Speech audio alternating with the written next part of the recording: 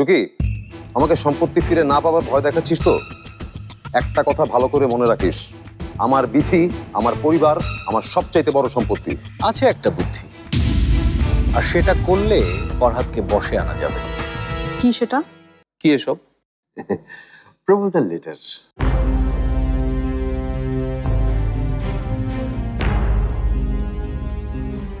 আপনারা আমার কোম্পানি কিনতে চান?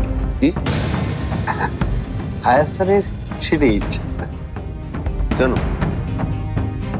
স্যার অনেকদিন থেকেই দেশে ছড়িয়ে ছিটিয়ে থাকা অনেক প্রমিজিং কোম্পানিকে কিনে নিতে চাচ্ছে। যেমন আপনারা চৌধুরী টি কোম্পানি কিনেছেন।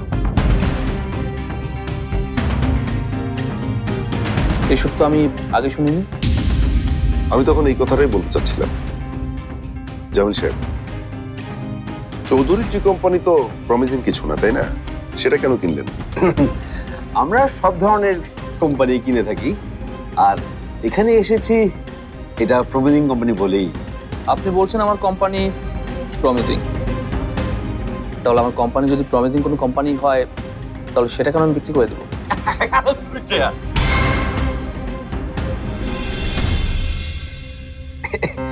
কারণ আমরা আপনার প্রত্যাশার চেয়ে অনেক বেশি দাম দেব রাহা সাহেব। আর আপনাদের অনেক বেশি দামটা কত? সেটা ফাইলের শেষ পাতাতেই ভালোভাবে উল্লেখ করা আছে রাহা সাহেব। আর আমরা রহমান ফুককে খুব ভালোভাবে স্টাডি করে এই প্রপোজাল লেটারটা তৈরি করেছি।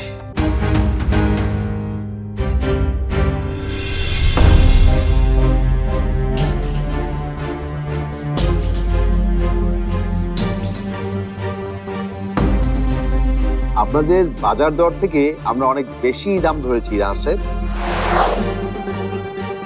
কত?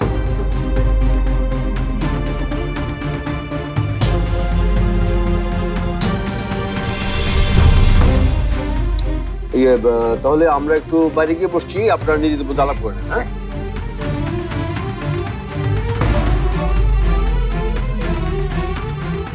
এত টাকা দেবে ওরা? এই টাকায় তো আমি নতুন করে শুরু করতে পারবো। মাই গড, হিউজ অ্যামাউন্ট। নতুন করে শুরু করার প্রশ্ন আসছে কেন? তুমি তো কোম্পানিটা বিক্রি করছো না। শোনো, তুমি একবার শুধু বলো, আমি ওনাদেরকে এখনই গিয়ে বলে আসছি। ওনারা যত টাকাই দিক না কেন, এই কোম্পানি বিক্রির জন্য না। কোম্পানির মালিক যখন আমি, এই ডিসিশনটা আমাকেই না হয় নিতে দাও কাছে ভাই। সরি কাছে ভাই, আমি আসলে এভাবে বলতে চাইনি। কাছে ভাই, আমি আসলে ভালো নেই। রানু যাবার পর থেকে আমি সত্যিই ভালো নেই। আমি আমার নিজেকেই আর অনুভব করতে পারিনি। আমার ভেতরটা একেবারে শূন্য হয়ে আছে। সবটা নিয়ে চলে গেছে। আমি অফিসে আসার আর কোন তাগিদ অনুভব করি না। আমার একটা রেস্ট দরকার কাছে ভাই, একটা লম্বা বিরতি। আর সেটা তখনই সম্ভব হবে যখন আমি এরকম বড় একটা প্রস্তাব পাবো। ইনফ্যাক্ট এই প্রস্তাবটা আমার জন্য অনেক বড় একটা সুযোগ। এই টাকাটা নিয়ে আমি বাইরে চলে গিয়ে কিছু একটা করে। বাইরে গিয়ে? এখানে তো আর আমার আপন কেউ নেই। রানুর জন্য যখন আমি ময়মনসিংহে সেটেল হয়েছিলাম, সেই রানু যখন নেই, তাহলে আর এখান থেকে কি হবে? তাই এই টাকাটা পেলে আমি পারিয়াকে নিয়ে ইউএসএ অথবা ইউকে যে কোনো জায়গায় সেটেল হতে পারি। তুমি চিন্তা করো না কাছে ভাই, আমি তোমাদের একটা না একটা ব্যবস্থা করে যাবো। না, আমি তো নিজের কথা ভাবছি না, কিন্তু তুমি কেন এমন একটা। আজ আমি রানুদের বাড়ি গিয়েছিলাম মায়ের জন্য কিছু টাকা দিতে। তারপর? সে টাকাটা ওরা ফিরিয়ে দিয়েছে। ঘৃণা করে প্রত্যাখ্যান করেছে আমাকে। আজকে পর আসলে ওই পরিবারের কাছে যাওয়ার ক্ষমতা আমার আর কোনোদিন হবে না। রানু আর কোনোদিন আমার কাছে ফিরে আসবে না। তাহলে আমি কেন, কিসের জন্য এখানে থাকবো?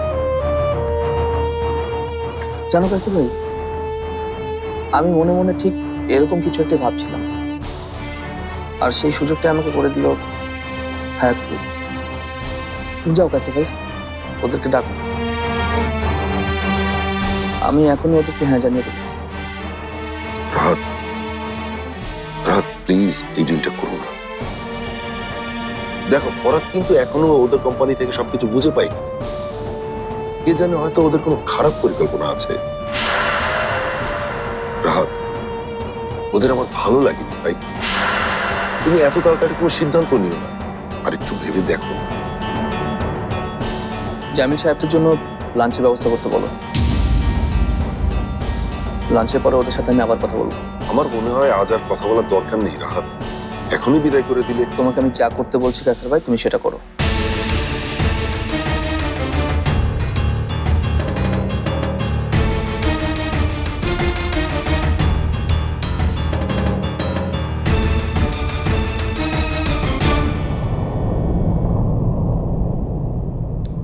তুমি বুঝতে পারছো না কাসের ভাই, রানুর কাছে আমি সারা জীবনের জন্য অপরাধী হয়ে গেছি। আমার মতো একটা কালপ্রিট, এমন একটা অপরাধী রানুর কাছ থেকে যত দূরে চলে যাবে ততই ভালো। চলে যাব, এখান থেকে অনেক দূরে চলে যাব আমি, আর কোনোদিন ফিরবো না। আর কোনোদিন এই রাহাতের তার রানুর কাছে ফেরা হবে না, কোনোদিন না।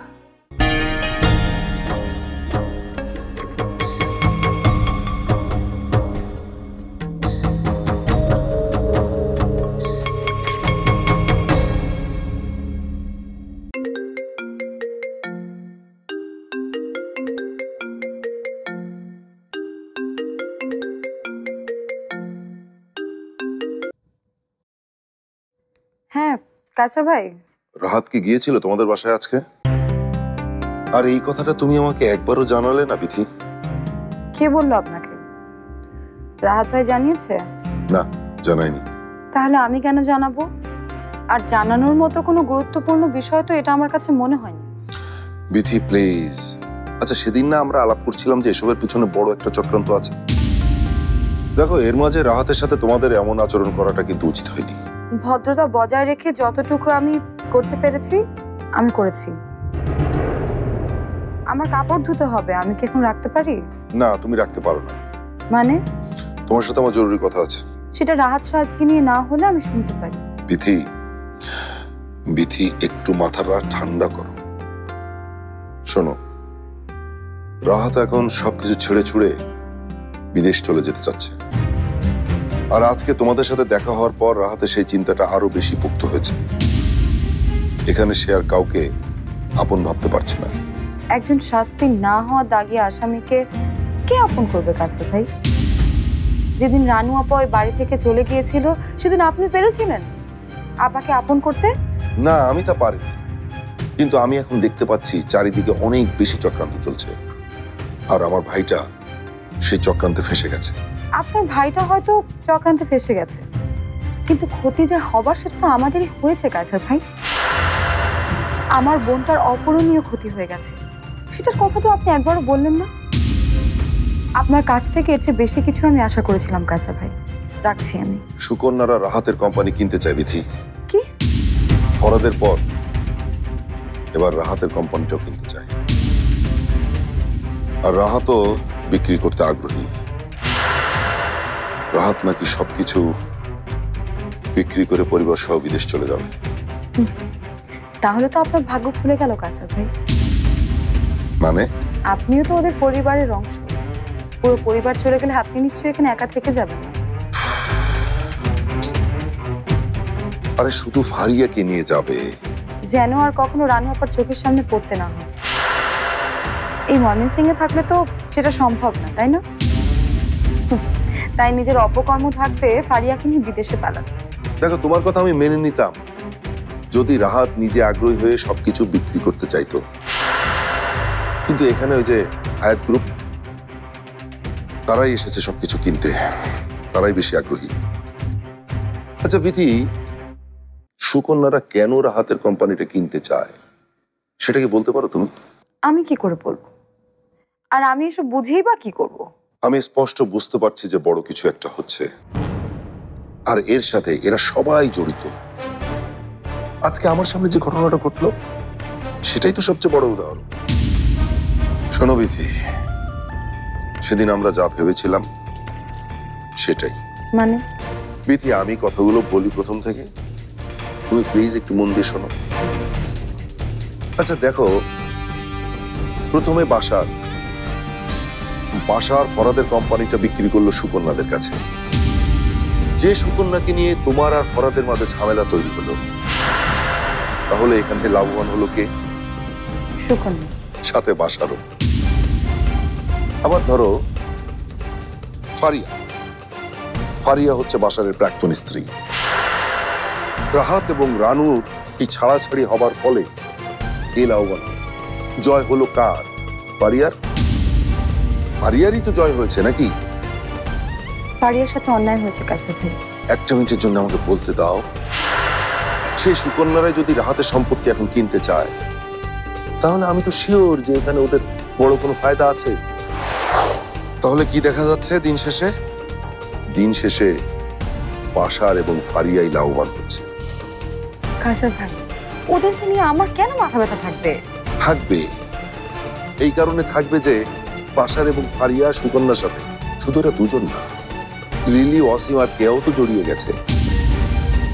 বাসারই তো এখন ওদের সাহস দিচ্ছে বাড়িটা করার। হ্যাঁ, তেমনই। বিধি, তুমি কি বুঝতে পারছো যে তৃতীয় বিশ্বযুদ্ধ আমাদের সন্নিকটে? এতগুলো মানুষের সাথে আমাদের লড়তে হবে এখন। আচ্ছা, সেই লড়াইয়ে আমরা কি প্রস্তুত? ধরো আজ যদি রাহাত ফারিয়াকে নিয়ে বিদেশ চলে যায়, তাহলে কোনোদিন কি জানা যাবে ওই বাড়ি থেকে চক্রান্ত করে রানুকে বের করে দেওয়া হয়েছিল কিনা? জানা যাবে? আর কোনোদিন কি রাহাত আর রানুকে একসাথে মেলানো যাবে? বলো আমাকে। মেলানোর দরকার নেই তো কাছে ভাই। রাহাত সাহেব একজন অপরাধী।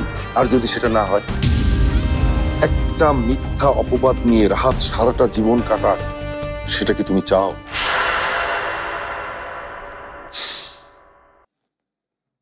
আমি আর খবির মুভ করব। মুভ করবেন মানে? আমি খবিরকে সাথে নিয়ে সব রহস্যের একটা চূড়ান্ত সমাধান করতে চাই। ফারিয়া, বাসার এবং সুকন্যাদের যে ব্যাপারটা, এটার একটা চূড়ান্ত দফারফা করার সময় বলে চলে এসেছে বিধি। আপনি কি কিছু প্ল্যান করছেন? করছি। তার আগে যে করেই হোক, প্রথমে আমার রহমান ফুডস বিক্রির যে ব্যাপারটা, এটাকে ঠেকাতে হবে। যে করেই হোক ঠেকাতেই হবে, তা না হলে অনেক বড় ক্ষতি হয়ে যাবে বিধি, অনেক বড়।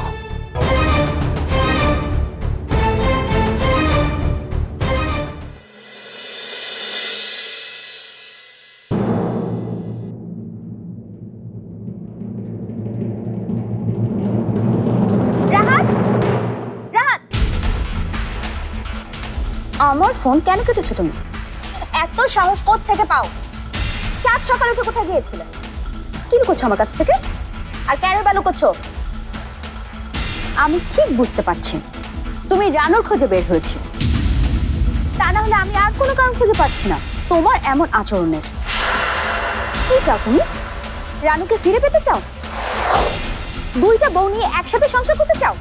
বলো কি চাও?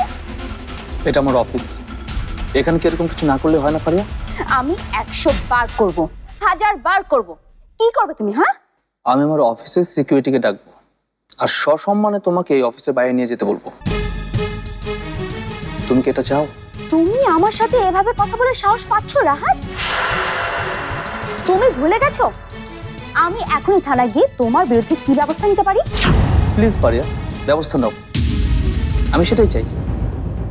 আমি যদি অন্যায় করেই থাকি, তাহলে আমাকে শাস্তি পেতে দাও ফারিয়া। শাস্তিটা পেলে অন্তত আমার মনের কষ্ট একটু হলেও কমবে। রাহাতকে দেখছি কিছু বলারই জোর নেই আর। থানার ভয় দেখালেই বলছে জেলে যেতে সে রাজি। এ তো ভারী মুশকিল হলো। আমি কি এখন থানায় ফোন করব? না। তাহলে কি তুমি শান্ত হবে?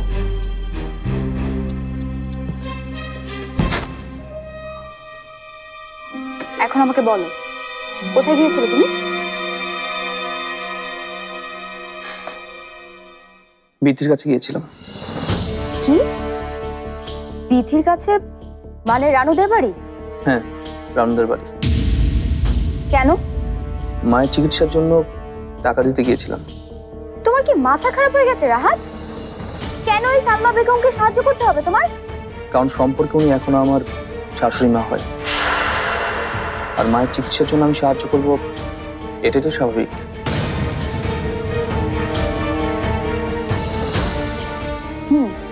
বুঝলাম। তা কত টাকা দিয়েছো ওদের? নিশ্চয়ই টাকা নিতে ওদের একটু বাধেনি। নিশ্চয়ই এই জন্য আমার ভাবি তোমাকে বেশি করে চিনি মিশিয়ে মালাইশা খেয়ে দিয়েছে। এসবের কিছুই হয়নি ওখানে। মানে? মানে ওরা আমার দেওয়া টাকাটা নেয়নি। কি নাইনি? নাকি তুমি আমার কাছে ওদেরকে বড় করার জন্য? যা খুশি তাই ভাবতে পারো ফারিয়া। তাহলে নিশ্চয়ই টাকার অঙ্কটা ওদের পছন্দ হয়নি। আমি অনেক টাকাই দিতে চেয়েছি, আমার ভয় ছিল ও টাকাটা নেবে না, আর সেটাই হয়েছে। আমার আসলে আগেই বোঝা উচিত ছিল, ওই বাড়িতে আমার যাওয়া মানেই হচ্ছে আমার অন্যটাকে আবার ঘুম থেকে জাগিয়ে তোলা। টাকা ফেরত দিয়েছে বলে ওদেরকে সাধু ভাবার কোনো কারণ নেই রাহাত। এমন নাটক তোমার রানুর সাথে বিয়ের আগে অনেকবার ওরা করেছে। কেন করেছে জানো? আরো বেশি টাকা পাওয়ার লোভে। ওদের সবার ধ্যান আর জ্ঞান ছিল তো তোমার সম্পত্তি। আমি সামনে আসায় সেটা আর করতে পারিনি। আর বলে এসেছো তো ওদের তোমার সমস্ত সম্পত্তির মালিক তোমার অনাগত সন্তান হতে যাচ্ছে। এটা শুনলে অন্তত আর কোনো চক্রান্ত করতে আসবে না ওরা। স্যার, ওনাদের খাওয়া শেষ হয়ে গেছে। তাহলে ওনাদেরকে ভেতরে পাঠিয়ে দিন, আর সাথে কায়সার ভাইকে আসতে বলবেন। জি স্যার। এখনই আসতে হবে ওদের? বউটাকে একটু সময় দাও। একটা ভালো প্রস্তাব এসেছে। কিসের প্রস্তাব? রহমান ফুডস কিনতে চায় একটা গ্রুপ।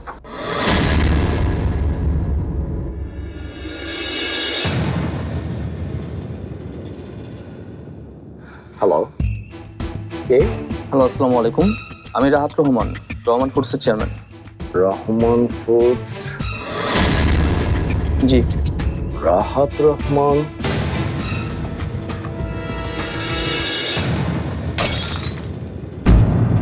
আপনাকে তো আমাদের সম্পর্কে বলাই হয়নি। আমরা হায়াত গ্রুপ থেকে এসেছি। আচ্ছা, আপনি সুকন্যা ম্যাডামকে চিনেন নিশ্চয়ই? হ্যাঁ, খুব ভালো করে চিনি। অনেক টাকার টোপ দিয়েছি আমি। এই টোপ থেকে তো সে বাঁচতে পারবে না। টোপ মানে? টোপ মানে যেটা মুখে নিতে মাছ বাধ্য হয়, আর একবার মুখে নিলে সেখান থেকে ছুটবার কোনো উপায় থাকে না। আপনি কি খারাপ কিছু ভাবছেন?